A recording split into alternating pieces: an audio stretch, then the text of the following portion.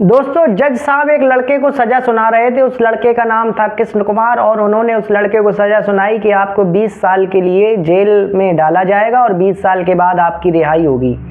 दोस्तों, तभी पुलिस जज साहब को उस लड़के का मोबाइल देती है और जज साहब जैसे ही उस लड़के का मोबाइल देखते हैं अपने फैसले को बदल देते हैं और फैसला बदल करके उम्र कैद तक का कर देते हैं कि अब इस लड़के को केवल तभी निकाला जा सकता है कि जब इसकी मृत्यु हो जाएगी, यानी कि अब इसको जीवन भर जेल में रहना पड़ेगा। आखिरकार क्या थी वो कहानी और ऐसी क्या चीज उसके मोबाइल में जज साहब को मिली जिसकी वजह से उन्होंने उसकी सजा को 20 साल से बदलकर आजीवन कर दिया। नमस्कार दोस्तों, मैं आपका दोस्त अनिरुद्ध कुमार एक बार फिर से एक ऐसी कहानी।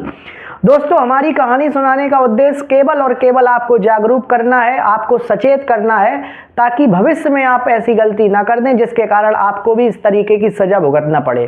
दोस्तों, आपको पता है कि जो भारत का कानून है वो भारत का कानून महिला प्रधान है, यानी कि महिला और पुरुष में अगर कोई भी पड़ला भारी होगा तो वो भारी होगा महिला का, यानी कि पुरुष को हर हाल में सजा का सामना करना पड़ेगा यदि महिला से संबंधित केस है। दोस्तों, बहुत सारे बुद्धिजीवियों ने ये कहा है कि अब भारत के कानून को बदलने का समय आ गया है, लेकिन भारत का कानून फिलहाल अभी वही है। और दोस्तों, इसी तरीके का एक मामला है पॉस्को। आपको बता दें कि हमारे भारत का जो कानून है उसका उद्देश्य लोगों को सजा देना नहीं है, उसका उद्देश्य लोगों के मन में भय व्याप्त करना है ताकि वो बुराइयों से बचे रहें।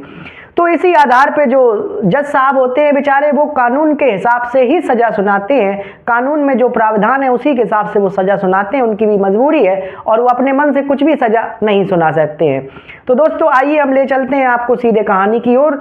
राजस्थान का एक जिला है जिसका नाम है अलवर और उस अलवर में एक लड़का रहता था जिसका नाम था कृष्ण कुमार। दोस्तों, कृष्ण कुमार लगभग 23 मार्च 2023 को घर से बाहर निकलता है। घर से बाहर निकलता है तो बाहर देखता है कि एक लड़की अकेली घूम रही थी और उस लड़की के घर में कोई नहीं था। दोस्तों, वो उस लड़की से कहता है कि थोड़ी देर बातचीत करता है उसको अकेला जान करके, और बातचीत करने के बाद उससे कहता है कि चलो जब तक तुम्हारे घर में कोई नहीं है हम चलते हैं और कहीं घूम करके आते हैं। दोस्तों, वो लड़की तैयार हो जाती है और लड़की तैयार होकर के वो जो व्यक्ति था उस लड़की को पास के ही एक रिजॉर्ट में लेकर के जाता है जिसका नाम था शिव रिजॉर्ट, और इसके बाद उसके साथ संबंध बनाता है और उसकी वीडियो रिकॉर्ड कर लेता है। दोस्तों, जिस समय वो ये काम कर रहा था उस समय लड़की की उम्र 18 साल से कम थी। इसके बाद वो लड़की घर आती है और वो लड़का आए दिन उस लड़की को ब्लैकमेल करता है, उसको वो मैसेज भेजता है, उसको जो MMS उसने बना लिया था उसके माध्यम से बार बार उसने ब्लैकमेल करने की कोशिश की। एक दिन लड़की ने थक हार कर ये बात अपने घर वालों को बताई कि मेरे साथ ऐसा ऐसा हो रहा है। उसके घर वाले उस लड़की को लेकर के पुलिस स्टेशन जाते हैं और पुलिस इस मामले में मामला दर्ज कर लेती है और उस लड़के को गिरफ्तार करके जेल भेज देती है। दोस्तों, इसके बाद मामला चलता है। पुलिस ने 14 गवाह अदालत में पेश किए और 29 पन्नों के जो दस्तावेज थे वो भी अदालत में पेश किए। उस लड़के का जो मोबाइल था पुलिस ने उस मोबाइल को सीज कर दिया था। अंतिम दिन था फैसले का और जज साहब ने फैसला सुनाया कि इस लड़के को दोषी पाया गया और लड़के को दोषी पाने के बाद जज साहब ने उसको 20 सालों की सजा सुनाई। दोस्तों, इसके बाद सरकारी वकील ने कहा कि साहब इस मोबाइल को आप और देख लीजिए। इसके बाद जज साहब को वो मोबाइल दिखाया जाता है और जैसे ही जज साहब को मोबाइल दिखाया जाता है तो उस मोबाइल में जितने भी वीडियोस बने थे और भी जो इलीगल एक्टिविटीज़ थी वो सारी जब जज साहब देखते हैं तो अपने फैसले को तुरंत बदल देते हैं।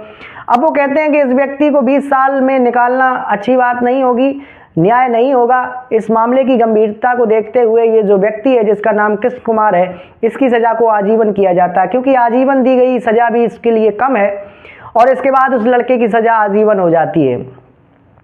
दोस्तों, आज की ये जो कहानी मैंने आपको सुनाई ये कहानी कोई कहानी नहीं है बल्कि एक सत्य घटना है जिसका फैसला अभी कल ही परसों में आया है राजस्थान कोर्ट से, और लड़का अब आजीवन जेल में चला जाता है। वो ऊपर अपील करेगा और मुझे उम्मीद है कि जब लड़की पॉस्को एक्ट लगता है दोस्तों तो फिर इस समय ऐसे में बच पाना बड़ा मुश्किल हो जाता है, क्योंकि जो स्टेटमेंट लड़की देगी उसी के आधार पर जज साहब सजा सुना देते हैं, क्योंकि कानून में इस तरीके का प्रावधान है। गलती चाहे जिसकी रही हो, चाहे लड़की की रही हो चाहे लड़के की रही हो, लेकिन सजा तो लड़के को भुगतनी पड़ेगी। तो इस कहानी को सुनाने का उद्देश्य है आपको जागरूक करना। भारत का कानून केवल और केवल भय व्याप्त करने के लिए, ना कि सजा देने के लिए। आप भयभीत रहें, आप कोई भी अपने तरफ से कोई ऐसा काम ना करें जिससे कि आपको परेशानी में आना पड़े। इस तरीके से बहुत सारी कहानियाँ हम आपको सुनाते रहते, जागरूक करते रहते, सतर्क करते रहते। दिल की गहराइयों से आपका बहुत बहुत धन्यवाद। नमस्कार।